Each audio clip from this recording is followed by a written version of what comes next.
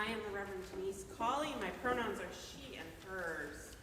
And I love Stewardship Sunday. If you haven't figured out by now, part of my ministry is speaking about things that some people say you shouldn't talk about. And one of those is money.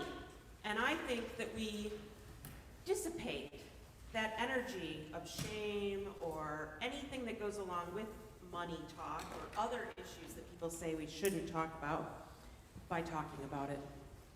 And I gotta tell you, I am so interested, fascinated, besotted with what comes on the other side of those difficult conversations. I often find they can turn out to be fun, or beautiful, or tender. So it's those moments that can happen when we say the things that people say are no fun, or difficult. Money is an energy, and today we're going to talk about how, I don't know if I'm supposed to use that. It's a rather flaccid microphone you gave.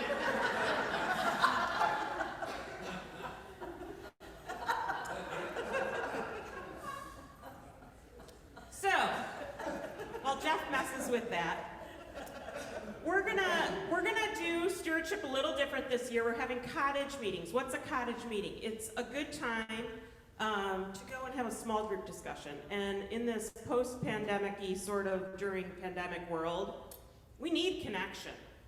And every congregation that I have seen do these ends up really liking them. They are time, yeah, really. I saw that, Elizabeth. Right? Some people who are hosting might, have like contests, like, I'm gonna bring cheesecake if you come to mine. Or some people will be like, well, come to mine, you don't need a babysitter, it's on Zoom. Or, you don't have to drive at night. So there's different advantages of going together, but we're gonna have little discussions. And I'm gonna give you a bit of a preview of those today. So you'll be invited today to sign up for those cottage meetings. You're gonna get your first pledge packet today. And we're gonna lift up the magic that this congregation makes with just 185 pledging households. That's how many we have. A lot of people love to talk to me about how they give to Planned Parenthood, I do too, or they give to the ACLU, I do too, or all these other great orgs that we love, right? And the thing that's so amazing is that we here do so much for one another and the community with less than 200 pledge units. It's astonishing. And we often forget to really hold up how amazing that is and how much we do with that pool of people. And so our theme this year is A Future with Hope. And you're gonna be invited to talk with your small group about some money stories that you may hold. There's our theme. We have a logo for the stewardship campaign. And you will have a chance to kind of say, where did you get those money ideas? You'll hear people tell little stories. You might say, Tom told a great story in one the other day about a transistor radio he wanted to buy, and you'll have to go to one of his meetings to hear about that. And I can talk about when I learned how to dust properly, and if I did it properly, I made a whole $5 and it took 3 hours, right? You're gonna hear people share things about themselves. And then we're gonna talk about how Unitarian Universalists hold a value of economic justice and what that means. You're gonna hear some hard things in these too, but that's okay, because we want to inspire you. I hope to inspire you today, as well as the whole stewardship season, on how to dream and love and be part of the hope here at Countryside. Today, our chalice lighting comes from The Abundance of Our Lives Together by Katie Gelfand. For those of you at home, please join me on the bolded sections on the bolded sections of the recitation. We light our chalice as a symbol of gratitude as we celebrate the abundance of our lives together. In this sanctuary, we harvest bushels of strength for one another and offer our rock with the hands of compassion and generosity. In the authentic and gentle manner of our connections, we cultivate a simple sweetness to brighten our spirits. May we be grateful for the ways we nourish and uplift each other, for it is the sharing of solid time together that sustains us. Now please join together in singing hymn number 1028, The Fire of Commitment.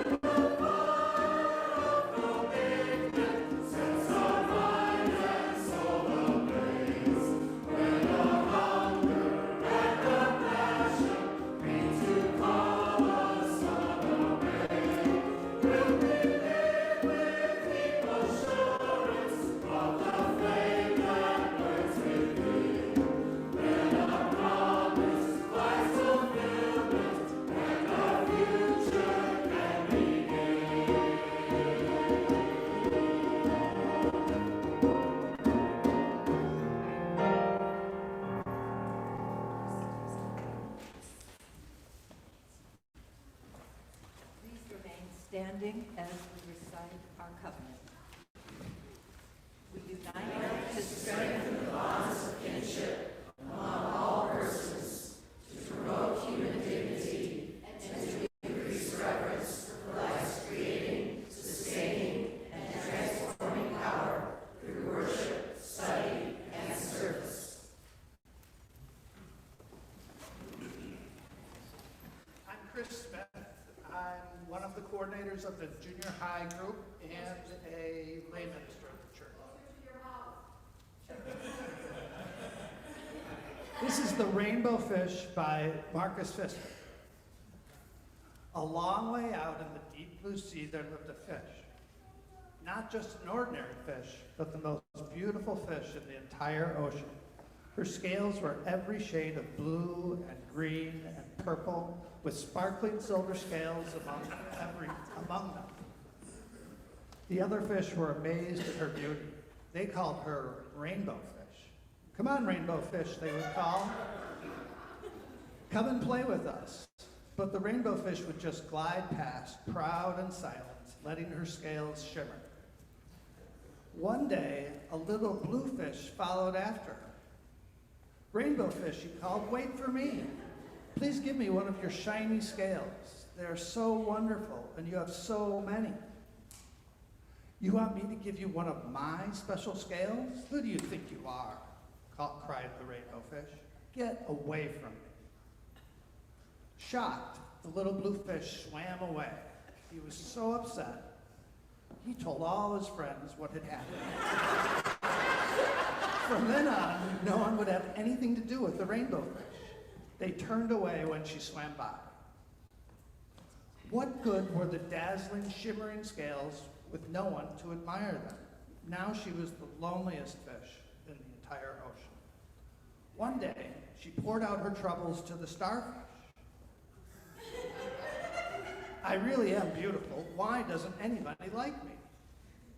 I can't answer that for you, said the starfish, but if you go beyond the coral reef to a deep cave, you'll find the wise octopus. Maybe she can help you. The rainbow fish found the cave. It was very dark inside, and she couldn't see anything. Then suddenly, two eyes caught her in their gaze, and the octopus emerged from the darkness. I have been waiting for you, said the octopus with a deep voice. The waves have told me your story. This is my advice. Give a glittering scale to each of the other fish. You'll no longer be the most beautiful fish in the sea, but you will discover how to be happy. I can't, the rainbow fish started to say, but the octopus had already disappeared in a dark cloud of ink. Give away my scales? My beautiful shining scales? Never. How could I ever be happy without them? Suddenly, she felt the light touch of a fin. The little blue fish was back. Rainbow fish, please don't be angry. I just want one little scale. The rainbow fish wavered. Only one very, very small shimmery scale, she thought. Well, maybe I wouldn't miss just one. Carefully, the rainbow fish pulled out the smallest scale and gave it to the little fish. Thank you very much, the little blue fish bubbled playfully as he tucked the shining scale in among his blue ones. A rather peculiar feeling came over the rainbow fish. For a long time, she watched the little blue fish swim back and forth with his new scale glittering in the water. Scales can be hard to put on. There we go. Well, that's a great. The little blue fish whizzed through the ocean with his scale flashing, so it didn't take long before the rainbow fish was surrounded by the other fish. Everyone wanted a glittering scale. The rainbow fish shared her scales left and right, and the more she gave away, the more delighted she became. When the water around her was filled with glimmering scales, she at last felt at home among the other fish. Finally, the rainbow fish had only one shining scale left. Her most prized possessions had been given away, yet she was very happy. Come on, rainbow fish, they called, come and play with us. Here I come, said the rainbow fish, and happy as a splash, she swam off to join her friends.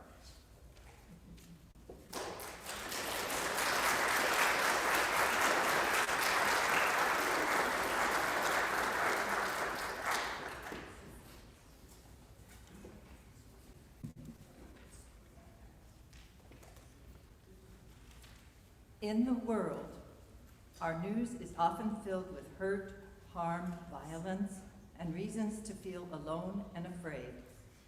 Here at Countryside, one of the gifts of being a member of this community is how we support one another in difficult times.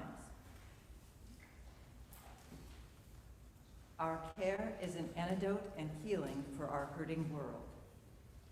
This compassionate care is often immense and yet unspoken. It is given with love by friends, members of our lay ministry team, and our staff including Rev. Denise's pastoral care.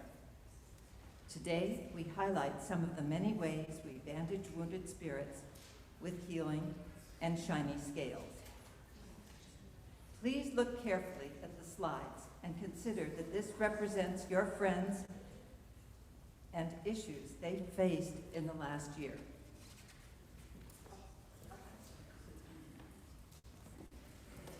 You'll be receiving some shiny scales if you haven't already. Don't forget the choir fishes. And the young people may follow me to their RE sessions now. Thanks.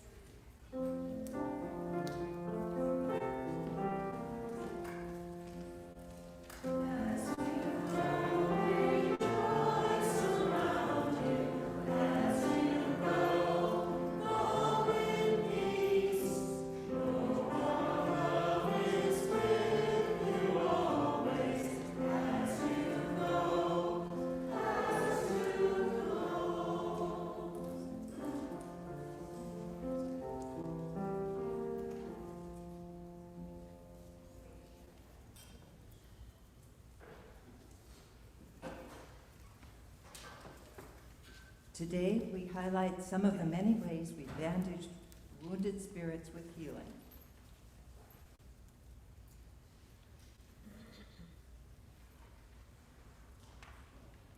Please look carefully at the slides which will appear and consider that this represents your friends and issues they faced in the last year.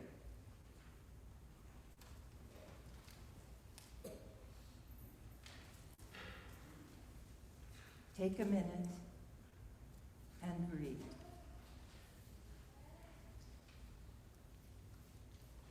And breathe. As I breathe in, I am aware I am breathing in.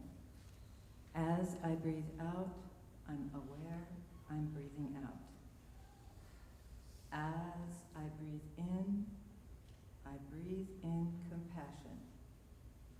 As I breathe out love. Gently look around the sanctuary, and while you don't know who may have faced these issues, know we all feel pain, we all experience difficulty, and we never know when we will need Countryside to be here for us.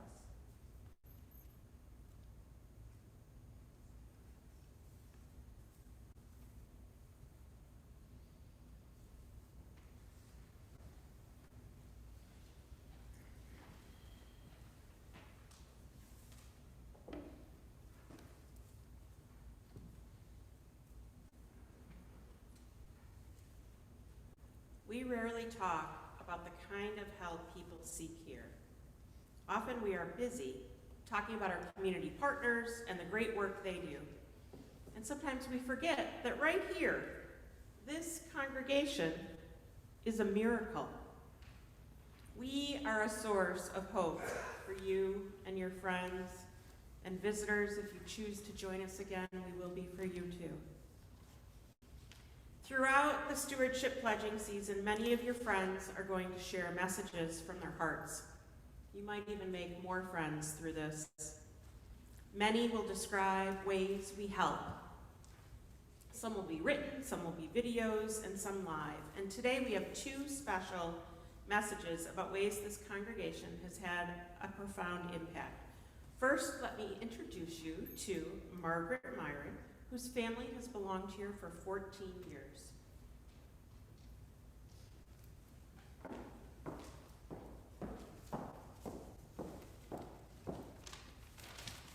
Good morning, my name is Margaret Myron and my pronouns are she, her.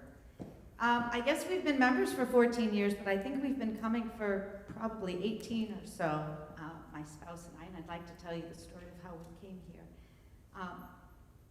When we were young adults with just one baby, we used to go to a 2-hour yoga class on a Sunday morning, and it was heavenly. And we left always feeling more grounded and connected and grateful in the world.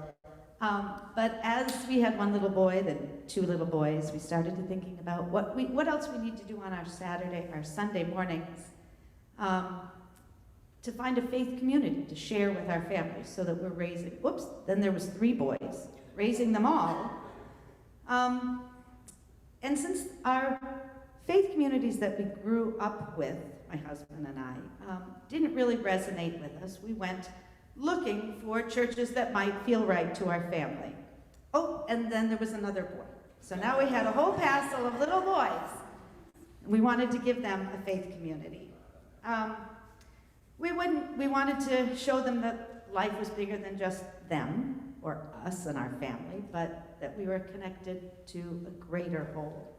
So we went to seek out a faith community and tried different churches. The kids loved the big mega church where they got to have prizes and candy and treats, and it felt like they were playing dodgeball for Jesus. We had such a good time. But it didn't really resonate with Mom and Dad. Didn't really hold the message that we wanted them to hear and learn and feel in their hearts and grow with them. So eventually we did find Countryside Church, and that was the place where we found we resonated, both with our knowings, our beliefs, and our not knowings, right? Because that's what faith is. So when the boys were little, we worked a lot in the RE wing, and we spent a lot of time and energy giving there.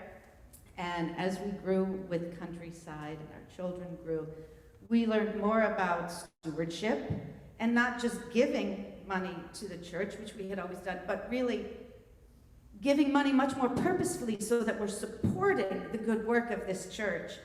We learned the word tithing and realized that our salvation doesn't depend on it. But giving money to the church is what we want to do because of the feeling that this church gives us. I'm going to take this off. No, I'm not. All right.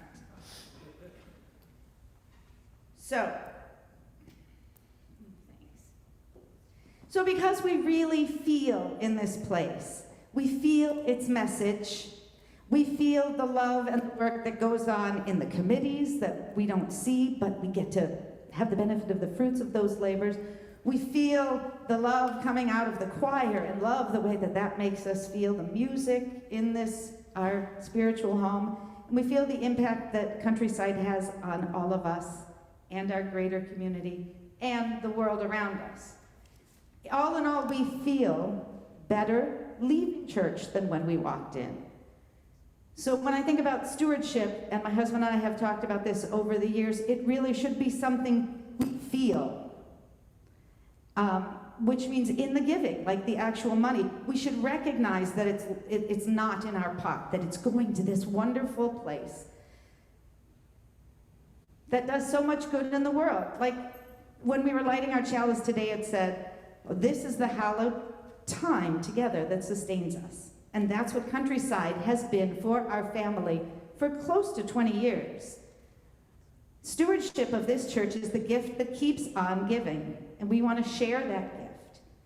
And we want others to feel that gift too. We feel blessed by this community and how it's helped nurture our family. And so Matt and I have been discussing our pledge for this year and finding out a little bit about what the church needs, and we've decided to increase our giving this year by 25%. So, because we do believe that you give enough that you feel it, because you get so much good feelings back.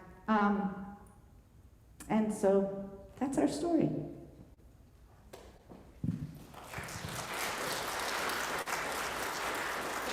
Oh, and I did forget to say one thing. This congregation has been a wonderful replacement for that yoga class because we do end up feeling more grounded, more connected, more peaceful. So it's all good.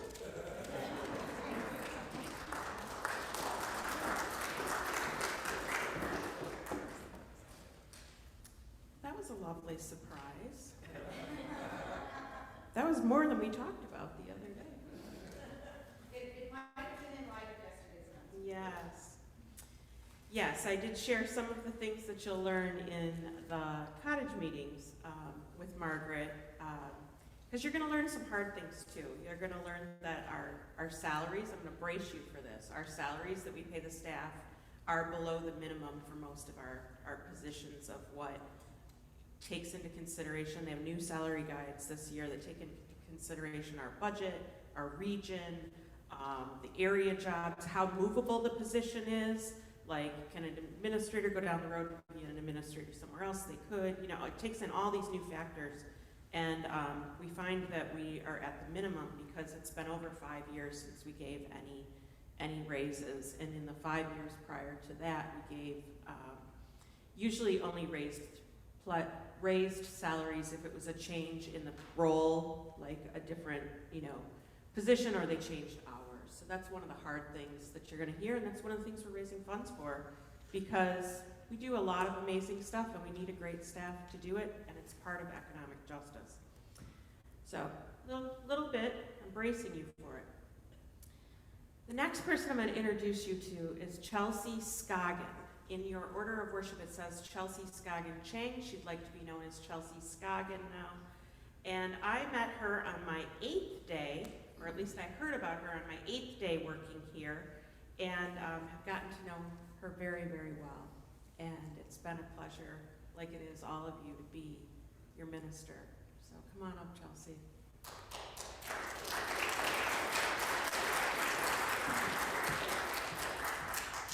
Good morning, beautiful people.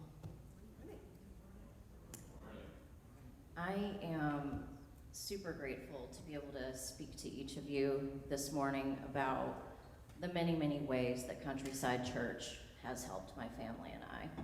Probably would need a couple of hours, but I had to shorten it a bit, so we'll go from there.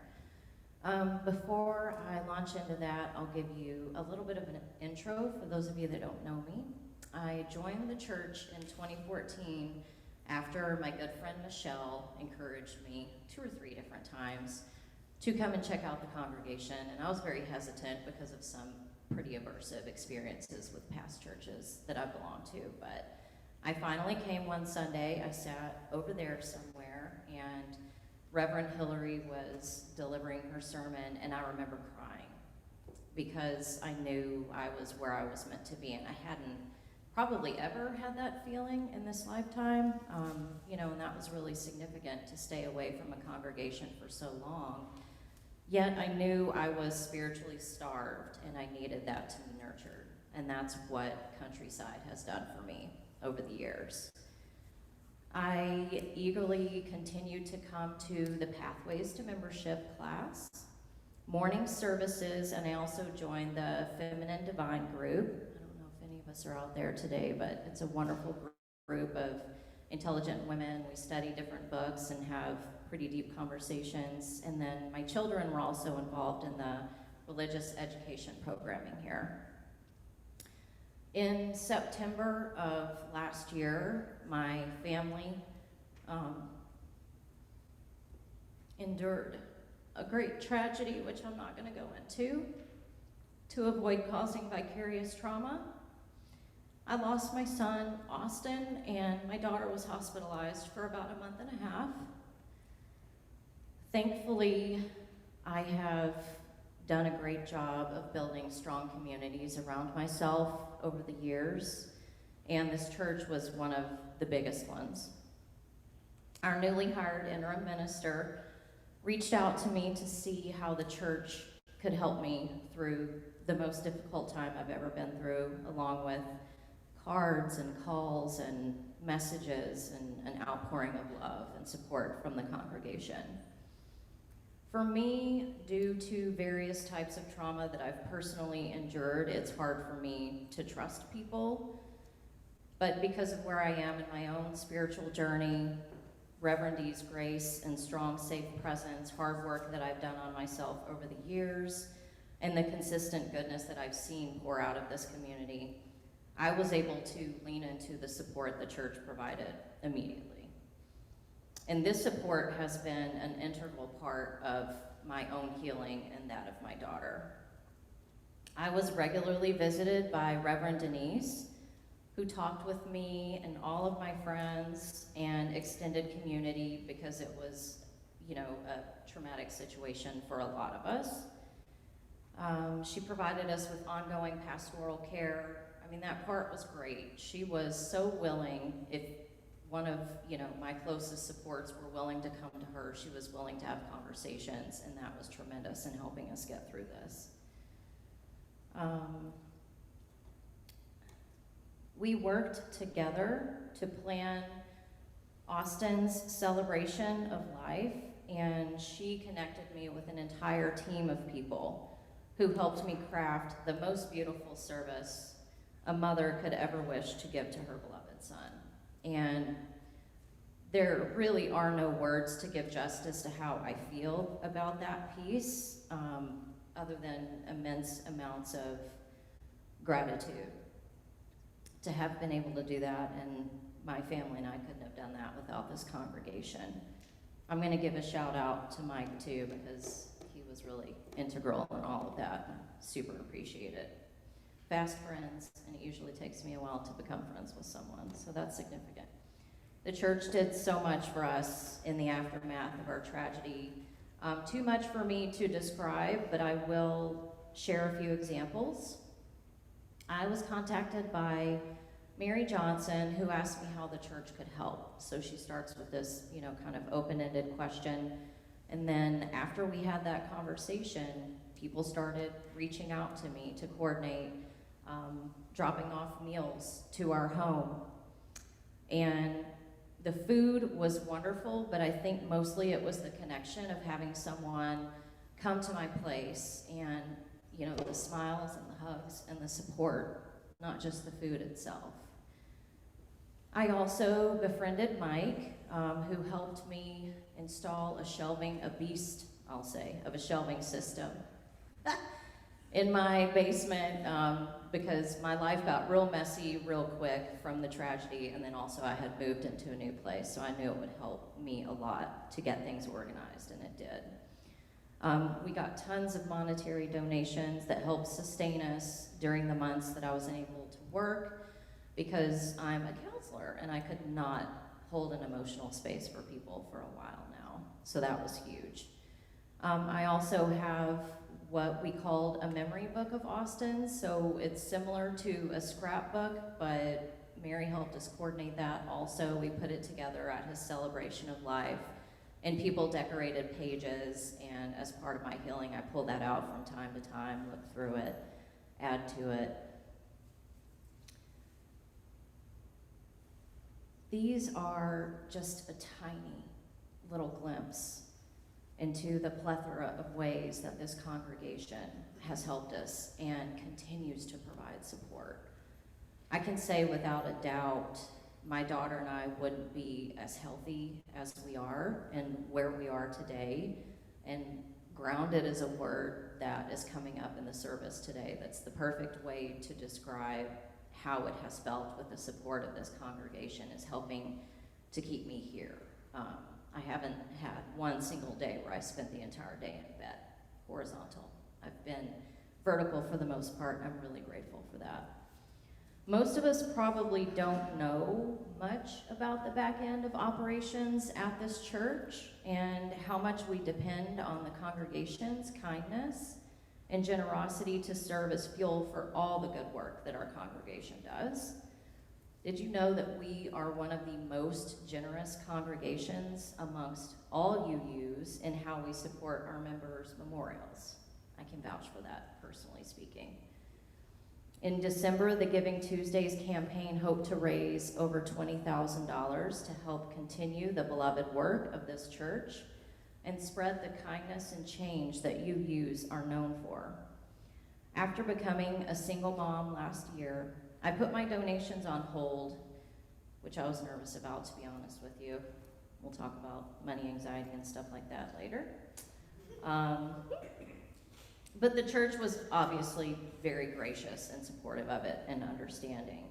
And once my finances were in more of a steady state, I made a $500 donation to Giving Tuesdays after in a service hearing that we weren't anywhere near our goal. Now is the time where we ask ourselves how we can give support to the mission of this congregation. Ralph Nader says we must strive to be good ancestors. Please give as generously and openly as you are able, and know that lives like mine and my daughter's will be positively impacted by your donation. Together, we are making a place to gather and grow the next generation of UU ancestors. Thank you.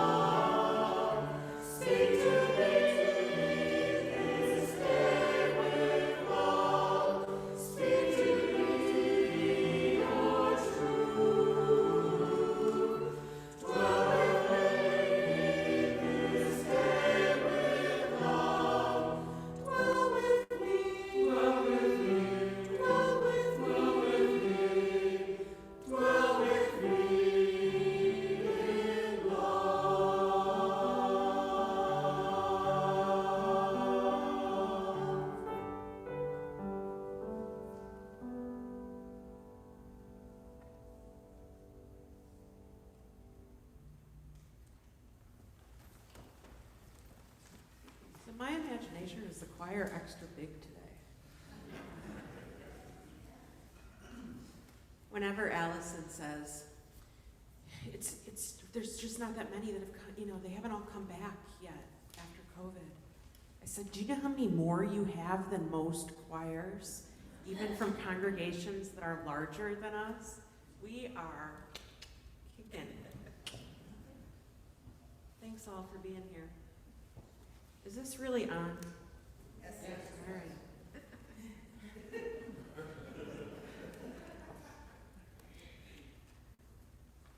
I'm always checking that you're awake, I am so thrilled.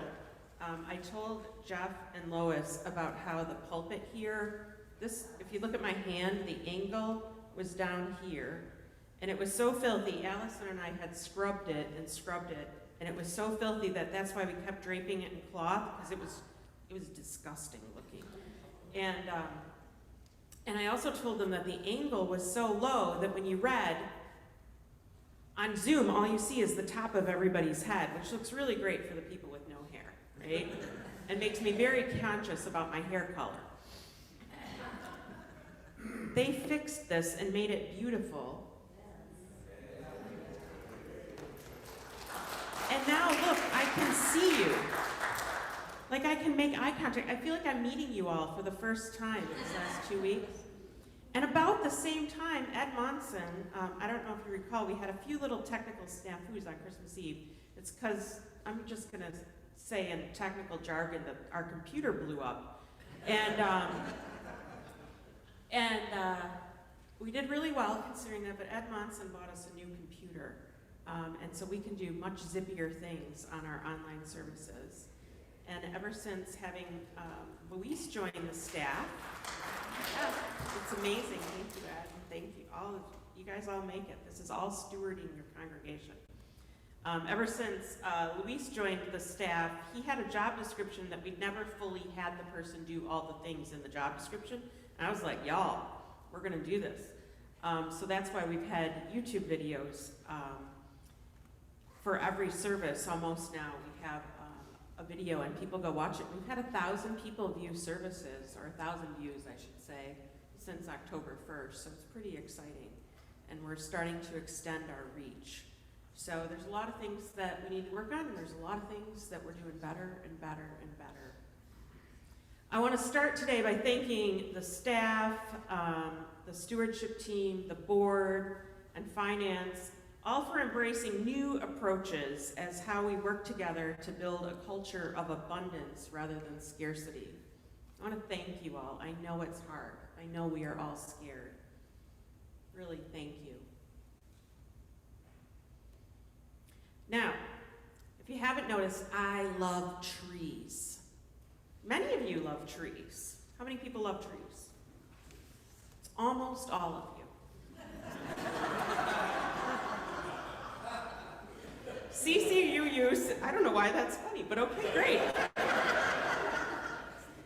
CCUU, Countryside, sits in the middle of the Park District, surrounded by beautiful gardens that many of you tend, and what would we do without Siri? And there's been other people who've helped a lot over the years.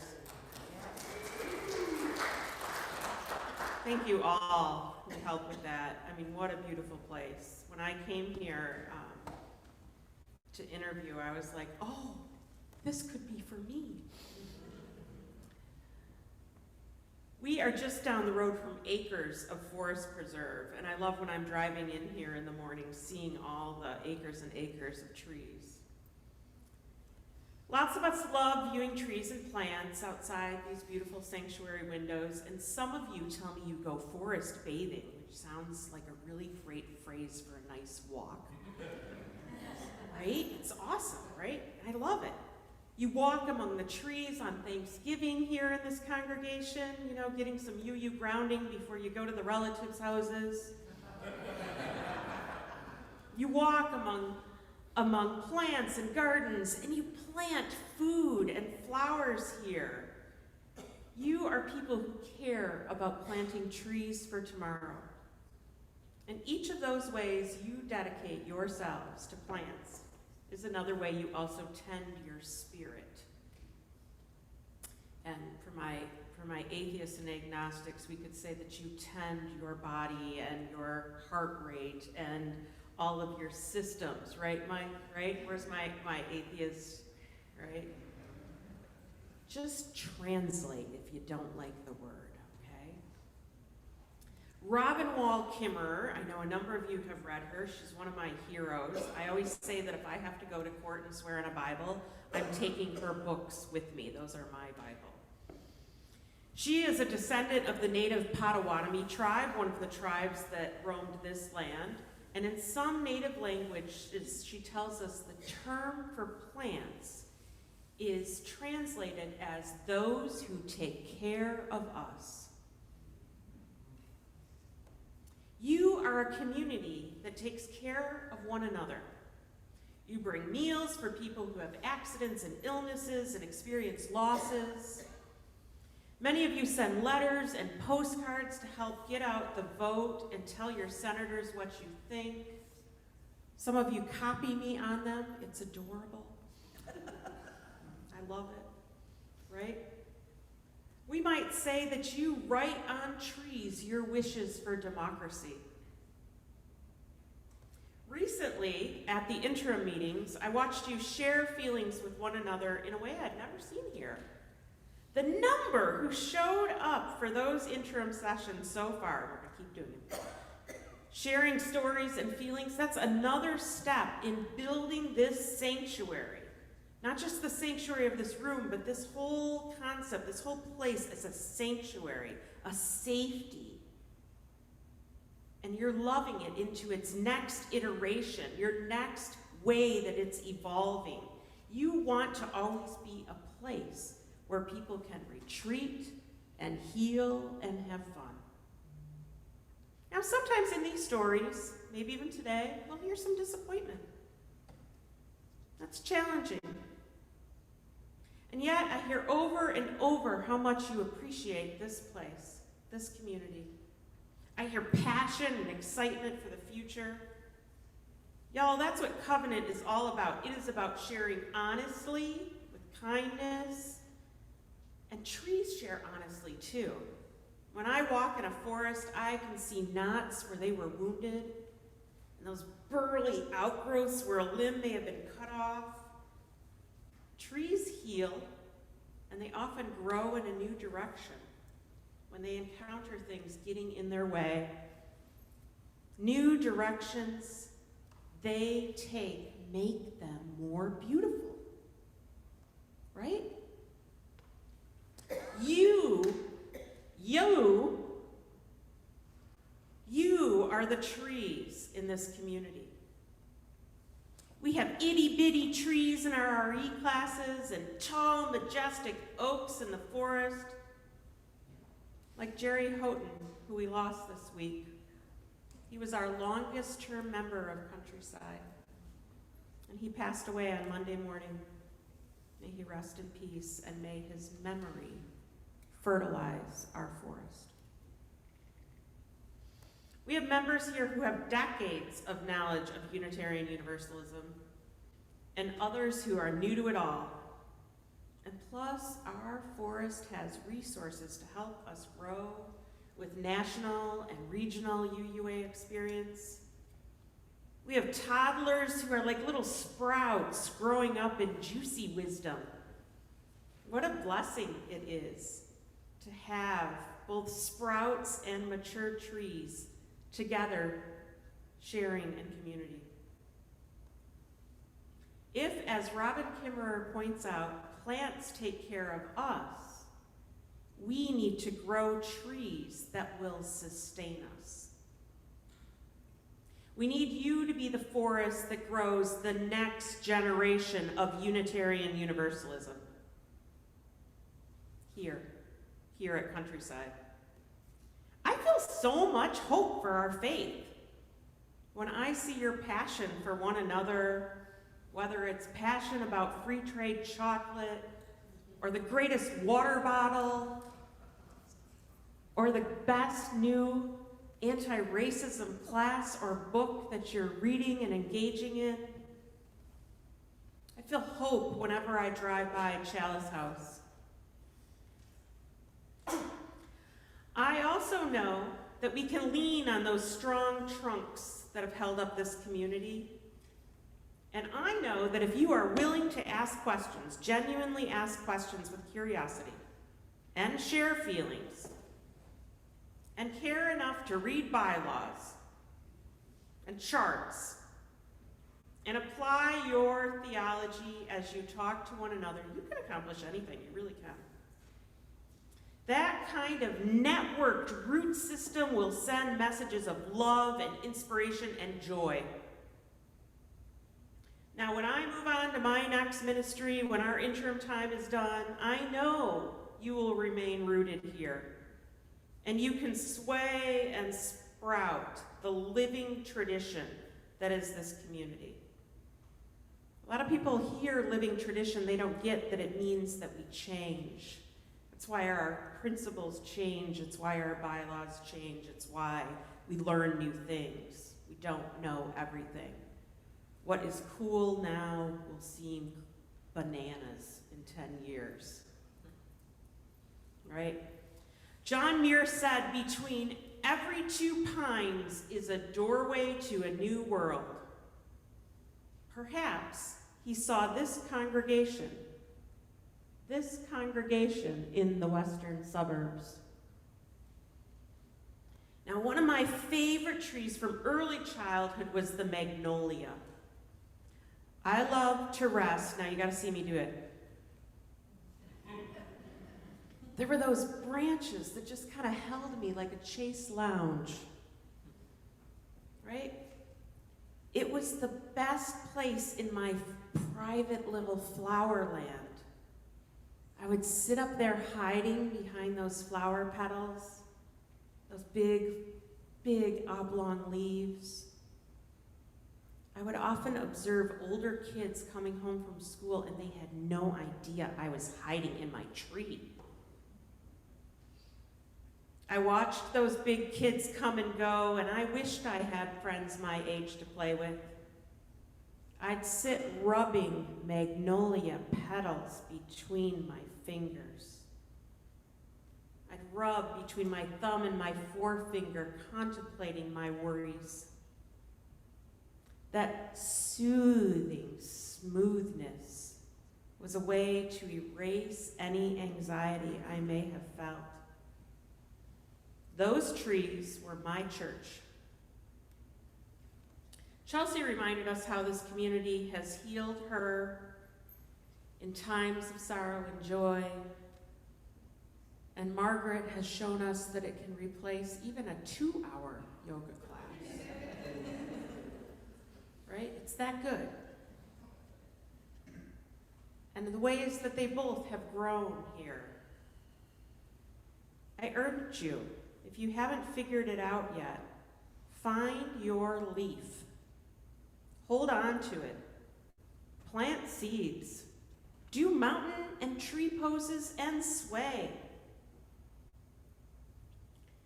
Like this neighborhood, your trees will be here. The many changes in leadership they will be here through, and you can plant new ideas with each one.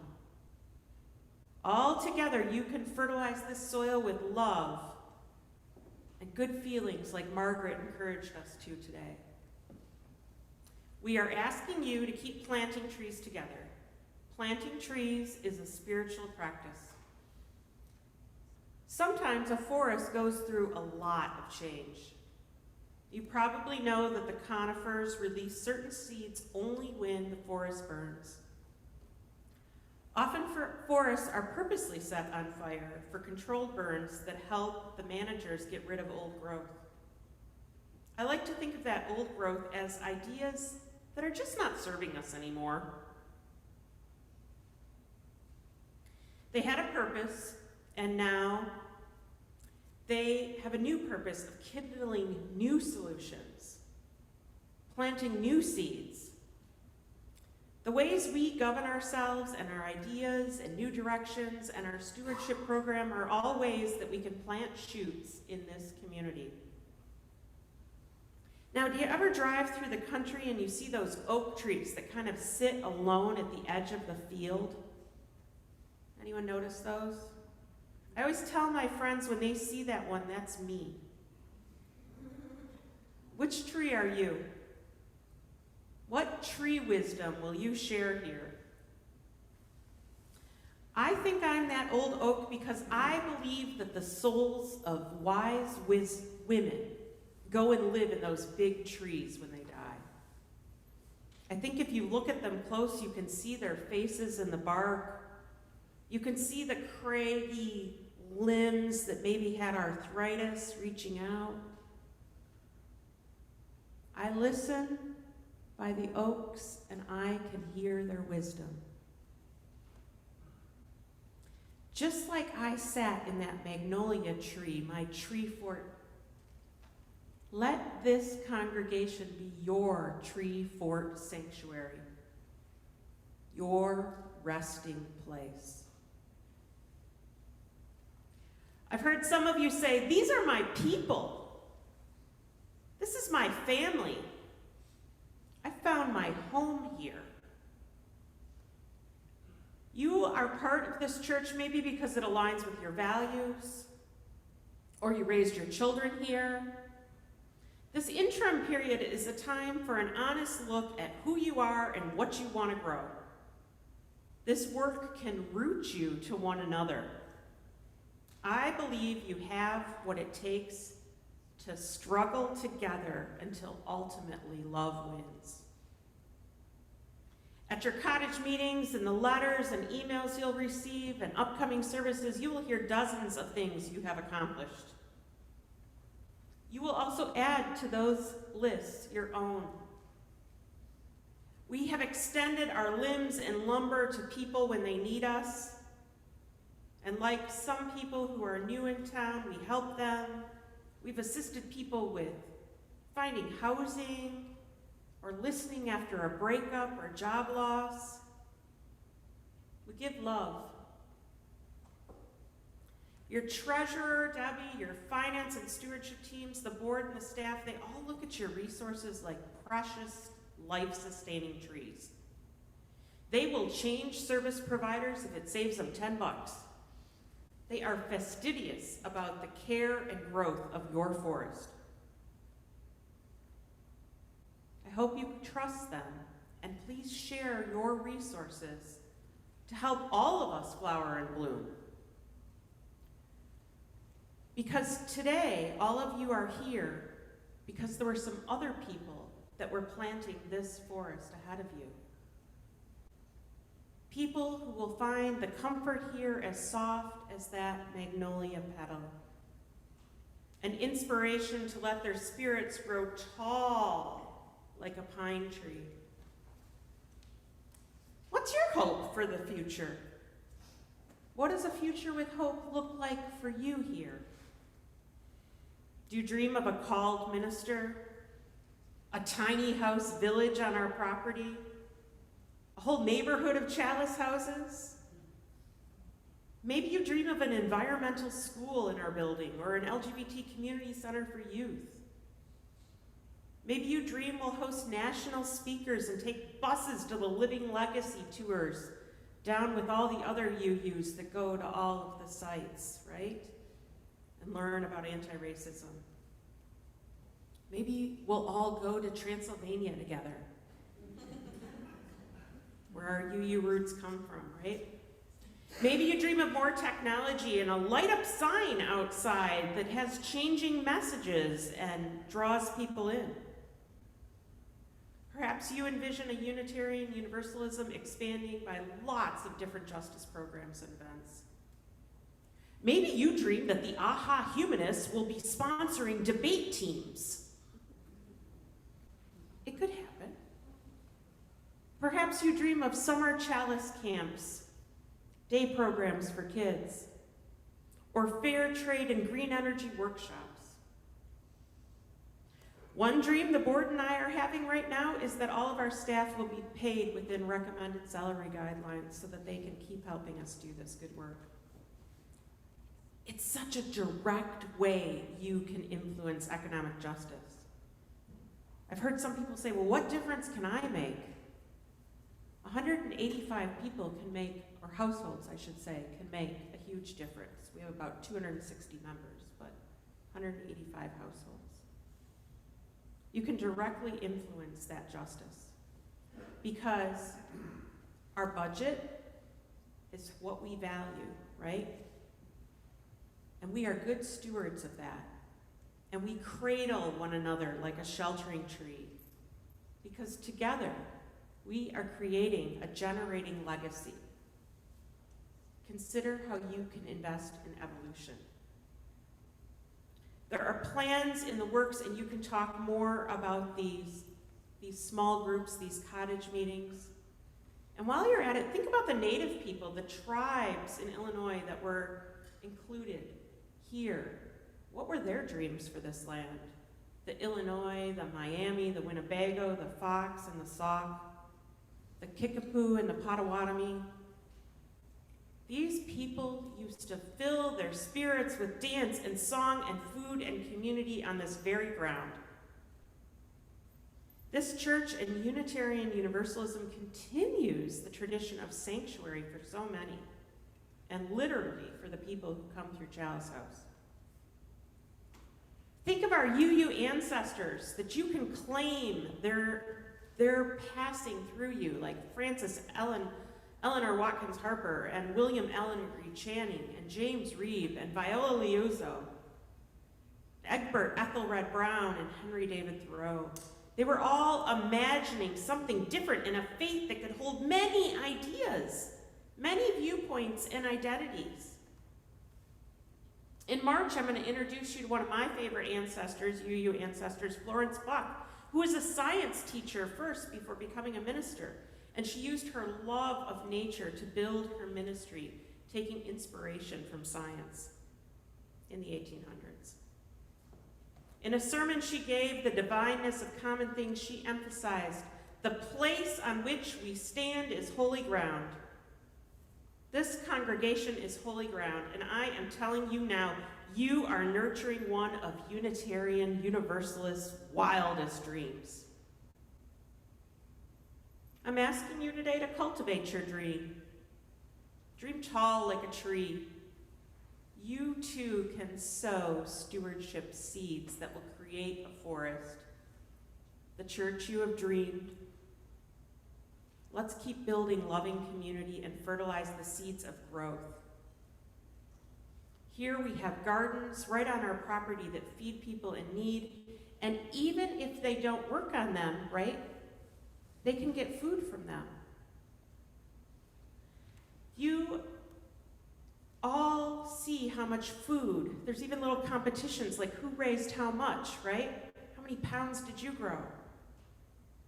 That's a great analogy for stewardship because part of our UU values is that those who commit to our covenant can be members and friends, and some pledge more than others, but we all share the gifts of the community. So I urge you to come together in your community garden and plant yourselves here. Grow this community strong and hold up that while you have different ideas about what a future with hope looks like, never forget this is your church. It belongs to you. Your stories plant this vision and form the future. That's the funny thing about history, you know, like you have no idea you're making it at the time. So you look back and you see what was significant. Giving money together is a spiritual practice because when we give, it's good for our soul to be generous. We feel good when we give. You feel good when you give a big tip at a restaurant, right? You feel good when you look at the person who had medical expenses and now they're paid, or they're tending to their healing rather than worrying. We do a lot of good here, and where we put our money is a manifestation of our values. Money is energy. We can choose to hold the view of money like the fish today that was afraid to give away her beautiful silver fins, or we can look at that as energy of abundance, and when she gave her fins away, she had more friends to play with.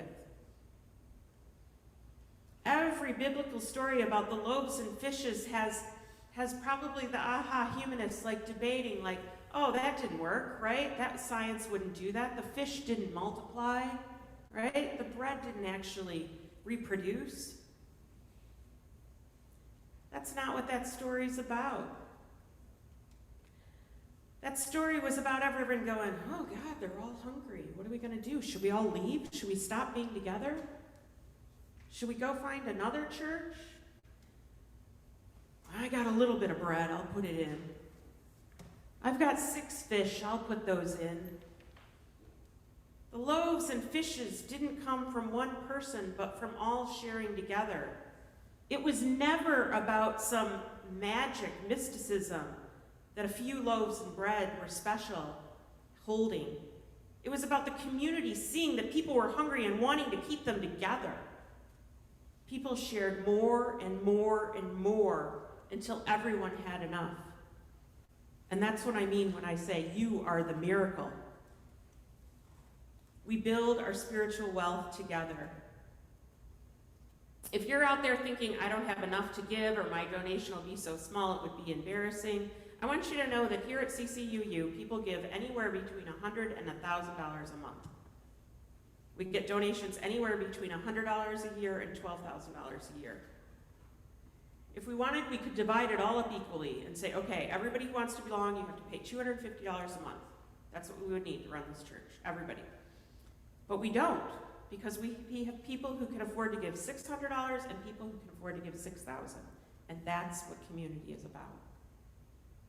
Sometimes we share more when we have more, and all those donations are treasured perennials. We're just growing our bounty together. For any of you know, Sweet Honey in the Rock was created by Bernice Johnson Regan, my friend. Her daughter, Toshi Regan, always says that if each of us give what we can, do what we can, it will be enough. It will be enough not just to pay for raises and fair benefits for the staff and technology and new music and a settled minister and our beloved building. It'll be enough to grow capacity. It'll be enough to keep developing great programs for your souls. And just like the visions our UU ancestors had, we are engaging in this church for us and for the generations far beyond our imagination. So be fellow gardeners and dreamers in this forest of supporters, and let us lift up the transformational relationship this congregation grows in each of us. For the history we are putting down is our roots.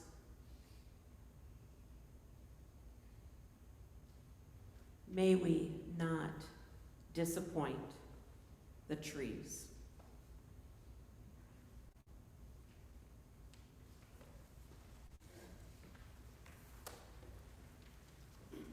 So thus far, we've been talking entirely about pledges, and that's important, but each week we take up an offering that's over and above the pledges to support the mission of the church. And I have to confess, for many years, that concept kind of went right over my head. I thought passing the basket was just like another way to put your pledge in, but the idea is that this is something extra that we would give.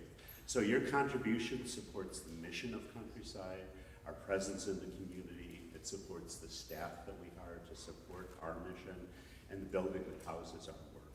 Your gift helps to maintain the church as the strong beacon of UU values in the northwest suburbs. So instructions to give are printed on the screen. If you're at home, they'll be on the video screen. I believe they're in your order of worship. So please go ahead and give generously in the morning offering that we receive.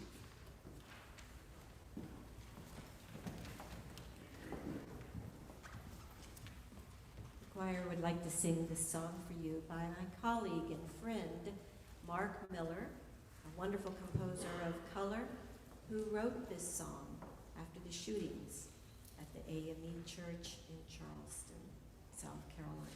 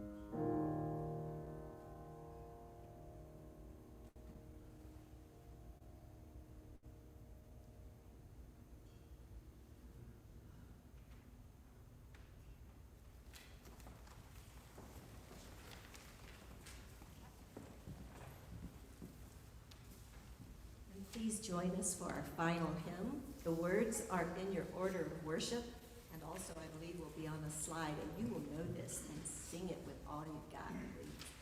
Rise as you are willing and able.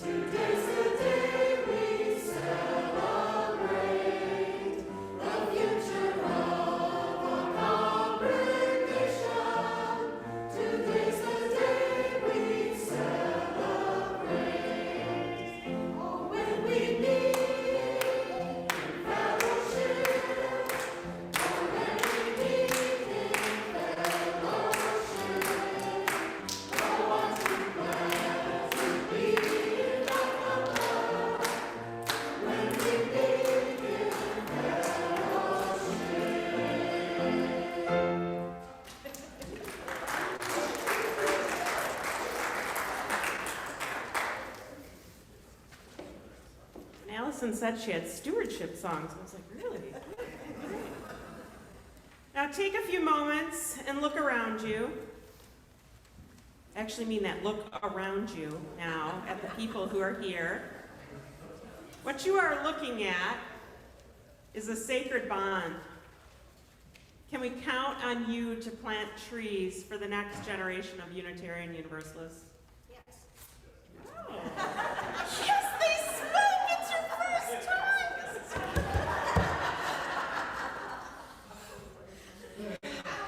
Yeah! The Chinese proverb says the best time to plant a tree was 20 years ago. And the second best time to plant a tree is now. Stewardship asks us to put down roots, just as UUs have been doing for years here. And as descendants of all those famous Unitarian Universalist ancestors, as well as the founders of this congregation, we are benefiting now from trees they've planted. So please turn and nod at your fellow trees.